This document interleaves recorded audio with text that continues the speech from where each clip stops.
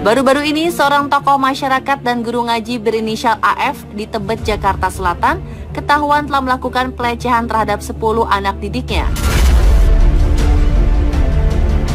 AF diduga telah melakukan aksi bejat ini sejak tahun 2021 dengan modus awal mengajarkan tata cara hadas dalam agama Islam, lalu ia melakukan pelecehan terhadap anak-anak didiknya yang masih di bawah umur, usia sekitar 9 hingga 12 tahun.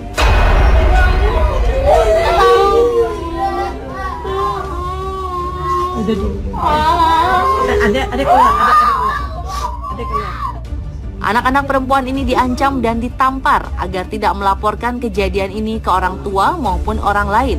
Pelaku juga mengiming-imingi korban dengan memberikan uang sebesar Rp10.000 hingga Rp25.000. Awalnya ada 2 korban yang melapor ke polisi, lalu berkembang menjadi 10 orang. Hingga akhirnya pada 26 Juni 2025, AF pun ditangkap Polres Jakarta Selatan. Pihak polisi pun terus melakukan pengembangan karena diduga masih ada korban lainnya yang belum melapor. Atas kejadian ini, AF dikenai pasal pencabulan terhadap anak di bawah umur dengan ancaman pidana penjara paling lama 15 tahun dan denda paling banyak Rp5 miliar. Pemirsa, meski memegang peran sebagai pemuka agama, nyatanya tak membuat oknum-oknum ini memiliki kesadaran untuk menebar kebaikan. Tak hanya kasus oknum guru ngaji tadi, berikut ada beberapa kasus-kasus kriminal yang ironisnya justru melibatkan para pemuka agama. Kasus pelecehan seksual terhadap 4 anak di bawah umur yang dilakukan pendeta berinisial KBH di Blitar, Jawa Timur kembali menyita perhatian. Sebelumnya, kasus ini sempat dilaporkan ke Polres Blitar pada November 2024, namun hingga kini tak membuahkan hasil, bahkan terkesan dilempar sana-sini. Baru-baru ini, salah satu korban berinisial F membuat sebuah video yang berisi harapan untuk mendapatkan keadilan bagi dirinya dan ketiga adiknya yang turut menjadi korban. Tolong saya, Bapak Presiden Prabowo Subianto, untuk menegakkan keadilan hukum bagi kasus saya dan ketiga adik saya. Dalam video, F mengaku aksi pelecehan ini dilakukan KBH sejak Februari 2022 hingga Maret 2024. Ia pun dilecehkan sang pemuka agama di tempat-tempat berbeda. Tempat-tempat yang saya dapat pencabulan itu ada di kolam renang, di gereja, di kantornya, lalu di kamar saya, di Villa Kota Batu, di Hotel Oyo Wonogiri, Villa Panaringan, Sarangan, Hotel Sarangan Madiun, di mobil Innova hitam AG1 913X. Jadi itu tempat-tempat yang benar-benar membuat saya trauma. Namun hingga kini F harus menelan getir lantaran kasus ruda paksa yang ia alami tak juga ditindaklanjuti. Kini F bersama keluarganya terlantar di Jawa Barat, tidak bersekolah, serta tanpa tempat tinggal dan bantuan. Berikutnya, seorang biksu senior di kuil Wat Rai King, Thailand bernama Pratama Chiranuat ditangkap atas dugaan penggelapan dana lebih dari 300 juta baht atau setara dengan 148 miliar rupiah.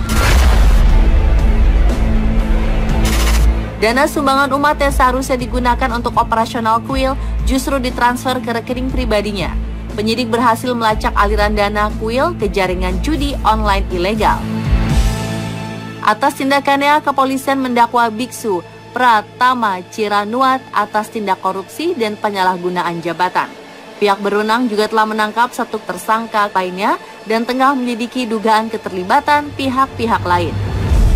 Wat Rai King merupakan salah satu kuil ternama di kawasan barat Bangkok.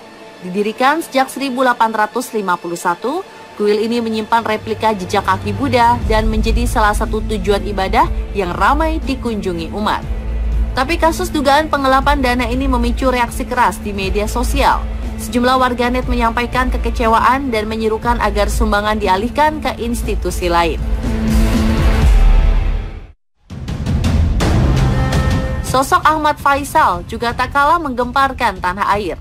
24 April lalu, Ketua Yayasan Pondok Pesantren di Gunung Sari, Lombok Barat ini ditetapkan sebagai tersangka kasus dugaan pencabulan dan persetubuhan terhadap sejumlah santriwatinya. Publik pun kemudian memberi pria ini julukan Walid Lombok, lantaran motif dan cara yang ia gunakan dalam melakukan kejahatan serupa dengan karakter dalam serial drama viral asal Malaysia, Bida'ah. Serial ini pula lah yang mendorong para korban mulai berani bersuara. Pria berusia 52 tahun ini ditetapkan sebagai tersangka setelah polisi menerima 2 laporan masing-masing terkait persetubuhan dan pencabulan dengan total lebih dari 10 korban. Ahmad Faisal melakukan tindakan asusila dengan modus menjanjikan keberkatan pada korban agar kelak melahirkan anak-anak yang baik. Aksinya dilakukan di berbagai lokasi, termasuk kamar pelaku dan ruang kelas. Kejahatan ini ia lakukan dalam rentang waktu tahun 2015 hingga 2023. Dunia dikejutkan dengan kabar tragis dari Afrika Selatan. Muhsin Hendricks, seorang pemuka agama Islam di Masjid Al-Ghurbaah, Cape Town, tewas ditembak dalam serangan brutal pada Sabtu 15 Februari lalu. Ia ditembak saat berada di kursi belakang mobilnya.